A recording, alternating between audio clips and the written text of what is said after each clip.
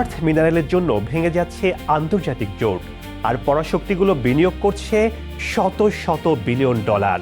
কারণ এটি ছাড়া smartphone, electric vehicle, radar, satellite, শক্তিশালী ম্যাগনেট কিংবা স্টিল যুদ্ধবিমান কোনোটিই তৈরি করা সম্ভব নয়।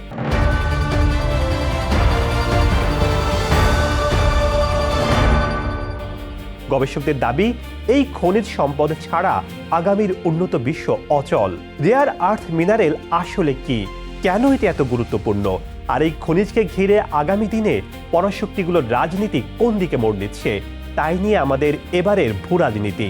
সঙ্গে আছি আমি শেখ সাদি মারজান।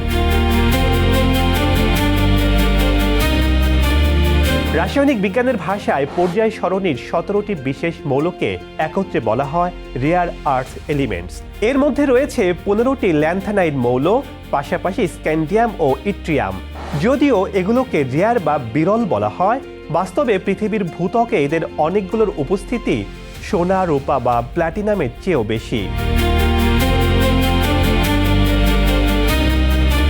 প্রকৃতিতে রেয়ার আর্থ মৌলগুলো সাধারণত খাঁটি অবস্থায় পাওয়া যায় না। এগুলো বিভিন্ন শিলা ও খনিজের সঙ্গে অত্যন্ত সূক্ষ্মভাবে মিশে থাকে।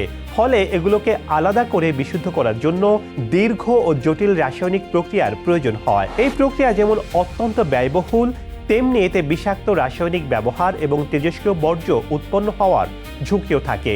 তাই রেয়ার আর্থ উত্তোলন ও পরিশোধন বিশ্বের সবচেয়ে কঠিন ও পরিবেশ সংবেদনশীল খনি শিল্পগুলোর একটি হিসেবে বিবেচিত হয়।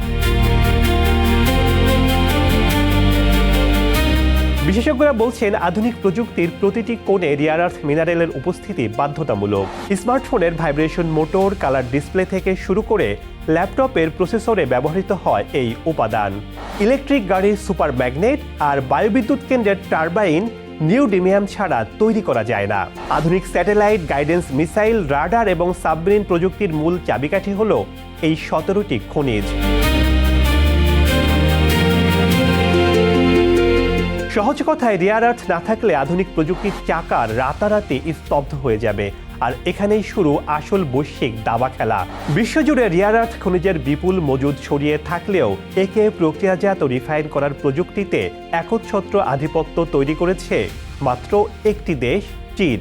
বিশ্বের মোট রেয়ার আর্থ রিফাইনিংয়ের প্রায় 70 থেকে 90% এককভাবে নিয়ন্ত্রণ করে বেইজিং। ফলে আন্তর্জাতিক বাণিজ্য ও ভূরাজনৈতিক দর কষাকষিতে চীন একে একটি শক্তিশালী কূটনৈতিক হাতিয়ার হিসেবে ব্যবহার করার সক্ষমতা রাখে। চীনা নির্ভরতা কমাতে এখন মরিয়া যুক্তরাষ্ট্র, ইউরোপীয় ইউনিয়ন, ভারত ও অস্ট্রেলিয়া। নিজস্ব সাপ্লাই চেইন গড়ে তুলতে তারা বিনিয়োগ করছে শত শত কোটি ডলার। ভবিষ্যতে ডিজিটাল বিশ্ব ও গ্রিন এনার্জির লড়াইয়ে কে এগিয়ে থাকবে তা এখন কেবল সামরিক শক্তিতে মাপা হচ্ছে না, বরং মাপা হচ্ছে মাটির নিচের এই 17টি খনিজের দখল কার হাতে কতটুকু রয়েছে তার উপর।